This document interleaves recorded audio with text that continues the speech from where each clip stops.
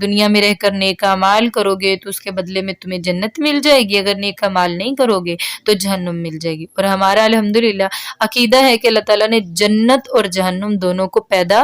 فرما لیا ہے، اور ان کی تمام آسائشات اور نعمتوں، اب جو جس کا مستحق ہوگا اس وقت میں جو مقررہ وقت ہے اس انسان کا، اللہ تبارک و تعالیٰ اس کو وہ عطا فرما دیں گے۔ اللہ تبارک و تعالیٰ ہم سب کو جنت الفردوس میں اعلیٰ مقام عطا فرمائے، کیونکہ رسول اللہ صلی اللہ علیہ وآلہ وسلم کا فرمان ہے کہ جب بھی تم جنت کا سوال کرو نا تو اللہ تعالیٰ سے جنت الفردوس کا سوال کرو، وہ جنت کا سب سے اعلیٰ درجہ ہے۔ اللہ تعالیٰ ہم سب کو اللہم انا نسألک الجنت الفردوس، آمین۔ سبحان ربک رب العزت عما یصفون وسلام علی المرسلین والحمد للہ رب العالمین۔ سبحانک اللہم وبحمدک نشہد ان لا الہ الا انت نستغفرک ونتوب الیک۔ السلام علیکم ورحمۃ اللہ وبرکاتہ۔